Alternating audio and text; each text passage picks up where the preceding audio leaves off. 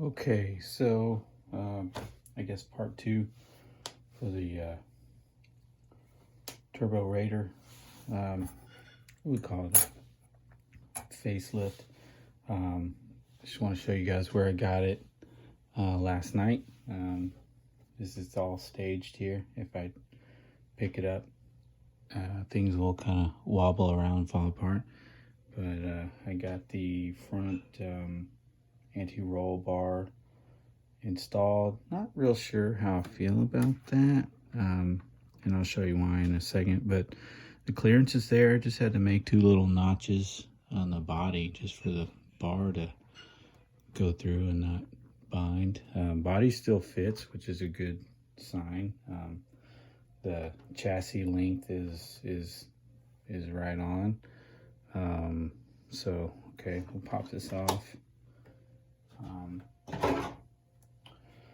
This is where we got yesterday. So the wheels, again, they're wobbly. They're not attached to anything. Let's see.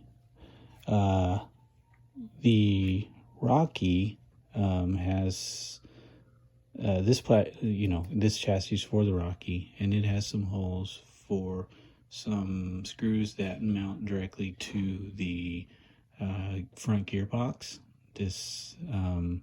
Whereas the Raider just uses the same 4 bolts that go through the bumper to mount to the front bulkhead. So these holes aren't utilized for anything, but all the holes are where they need to be. I didn't have to drill out or, didn't have to modify anything. So the kick up on this chassis seems to be maybe a little less than what the Raider chassis would have, and so there's a little gap here. Man, I wish that light was better, but let me see if I can turn the lights on in the room. Hold on.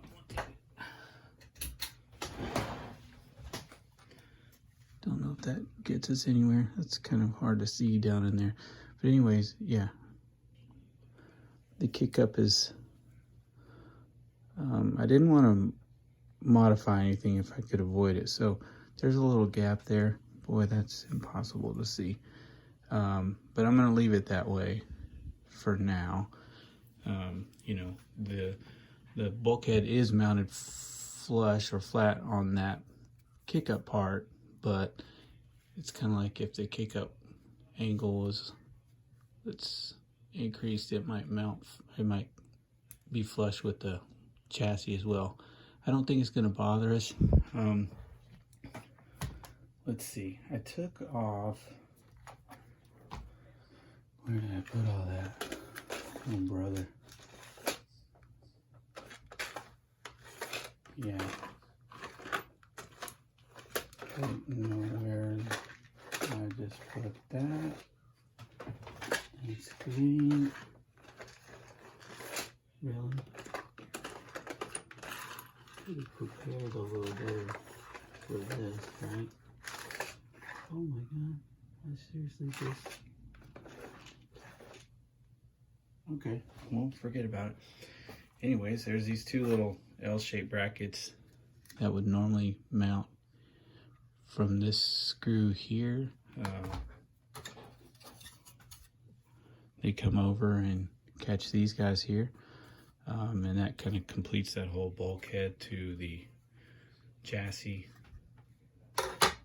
mount. I'm gonna go, if you've seen any of my cars, I have these Avanti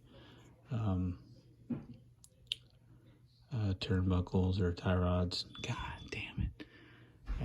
Turnbuckles on everything.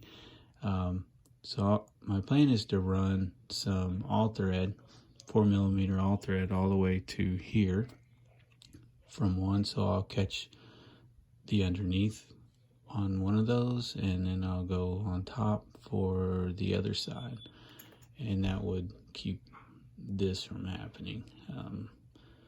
I don't know how that's gonna look. I got all thread long enough to go that entire space, or I may use the original plastic brace and then just go that little short hop from there to here and so forth. Not sure. I think that might end up looking better like that, but we'll see. Anyhow, no issues in the rear, underside. I mean, I'm super happy with that. Everything mounts up the way it should. I mean, this looks like it was made for this. I got the rear anti-roll bar mounts on the suspension arms. However, this plastic bulkhead in its current form preventing me from running the roll bar through there as far as I can tell, so I'll wait until I get the aluminum shock tower and then that'll go on, no problem. May try to source one of those cast aluminum gearbox covers. Not necessary, totally not necessary, but I may try to do that anyways. But yeah, that's where we got so far. Pretty happy with it. Things are kind of going like I hoped they would. This is going to probably be the biggest pain here, and the reason it's a pain is that you can see the shock, whoops, you can't see, the shock mounts are wider than the chassis where I need to mount it. So again, I don't like to mod things, and when I say mod, I mean like cut, drill holes, that sort of thing. So what I may have to do is make some kind of 3D printed cradle that would either tape on, you know, two-way tape onto the chassis, which I think would be plenty strong for this car, or you know, if you didn't need all this clearance on the bottom for the servo saver, you could just mount the servo directly onto the chassis. But yeah, that's really I think going to be the only major hurdle, and I don't think it's that big of a hurdle. So that I'll take care of. This guy, I mean, it's got all the mounting holes are there, and in the standard plastic bulkhead for the anti-roll bar. However, you know, you got this kind of thing going on. When the body's in place, it keeps this from sliding back and forth. So I'm not sure if I'm gonna try to capture that so it doesn't move around, or just leave it be. I mean, like I say, with the body on, it's no problem. Is there anything else? Yeah, for now, I'm gonna leave it there, and let me know if you think this is a horrible idea, unnecessary. I know it's unnecessary. I don't think there's anything wrong with the original tub. You know, plus it's got a nice place to kind of cradle the battery, which we don't have here. We don't have the place to mount servos or electronics or anything, you know, so stuff's gonna be a little less convenient. And as far as saving weight, I don't know that we've really achieved any weight savings. I don't think this car is going to perform better because of this chassis. But I do kind of think, you know, I wanted to sort of bridge the gap between this car and maybe an Ultima, because I think that had the Ultima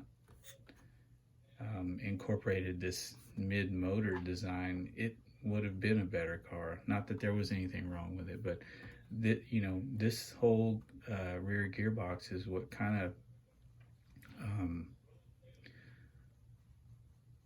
set this car apart. You know, it was kind of like, well, that's cool that it's there. Now, if they had just used a little better materials here and there and made things a little less squishy, this could have been a decent race car, and maybe it was. I don't know, but yeah. So we'll leave it there, and thanks for watching. I'll catch you next time. Wow, that was a fast 10 minutes. Sorry, dudes.